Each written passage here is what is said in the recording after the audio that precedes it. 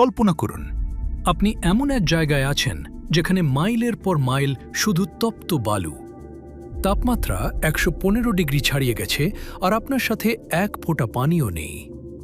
একজন সাধারণ মানুষ এমন অবস্থায় মাত্র কয়েক ঘন্টা টিকতে পারবে, কিন্তু এই প্রাণঘাতী পরিবেশেই রাজত্ব করে চলেছে একটি প্রাণী, উট।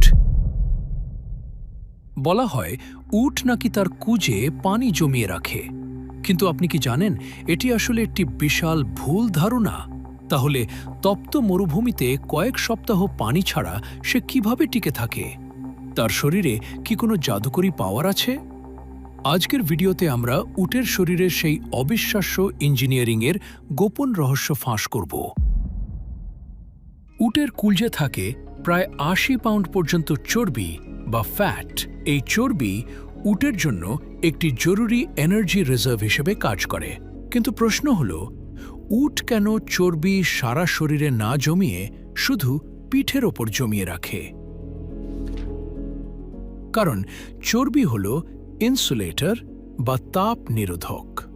যদি এই চর্বি সারা শরীরে থাকত, তবে উটের শরীরের ভেতরের তাপ বাইরে বের হতে পারত না এবং উট হিটস্ট্রোক করে মারা যেত।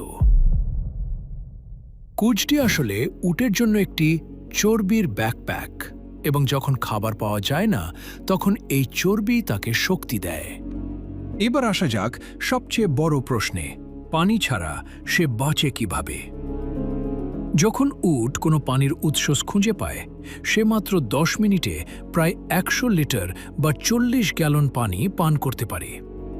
মানুষের লোহিত রক্তকণিকা হল গোল।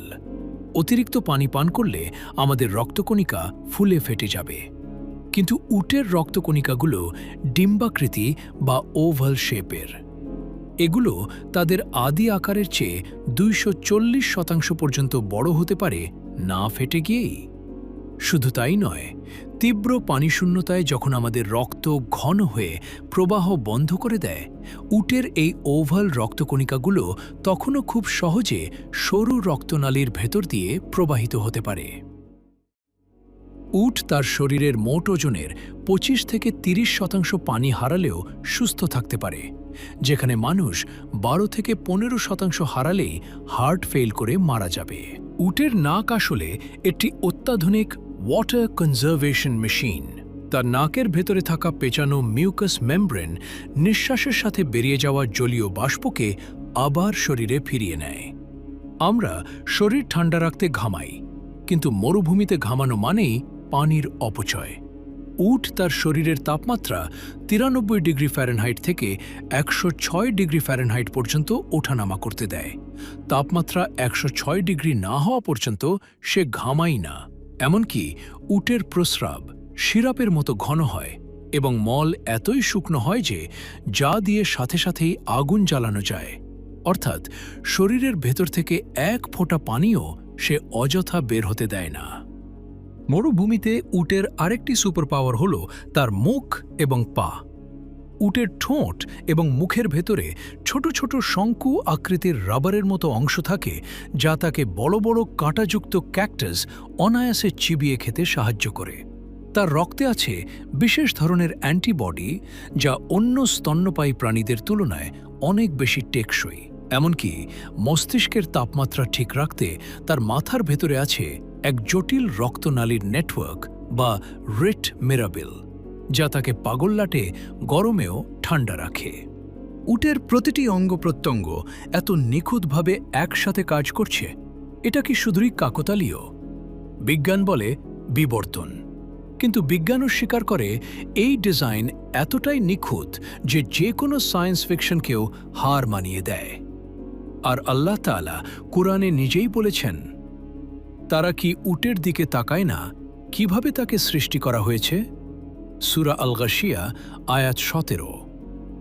১৪০০ বছর আগের এই আয়াত আজও আমাদের বলছে, চোখ খুলে দেখো, চিন্তা করো।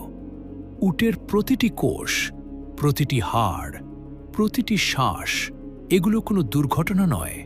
এটা সেই মহান স্রষ্টার অসীম কুদরতের প্রমাণ, যিনি মরুভূমির কঠিনতম পরিবেশেও তার সৃষ্টিকে টিকিয়ে রাখার ব্যবস্থা করে রেখেছেন। পরের বার যখন কোনো উট দেখবে, শুধু একটা প্রাণী দেখো না, দেখো আল্লাহর তৈরি এক অবিশ্বাস্য ইঞ্জিনিয়ারিং বিস্ময়। প্রকৃতির এমন আরও রহস্য জানতে চাইলে ভিডিওটায় একটা লাইক দাও, বন্ধুদের সাথে শেয়ার করো, আর চ্যানেলটা সাবস্ক্রাইব এবং ফেসবুকে ভিডিওটা দেখলে ফলো করো, যাতে পরের বিষয় মিস না হয়। দেখা হবে পরের ভিডিওতে। ততক্ষণ ভালো থাকো এবং কমেন্টে লিখতে পারো আলহামদুলিল্লাহ।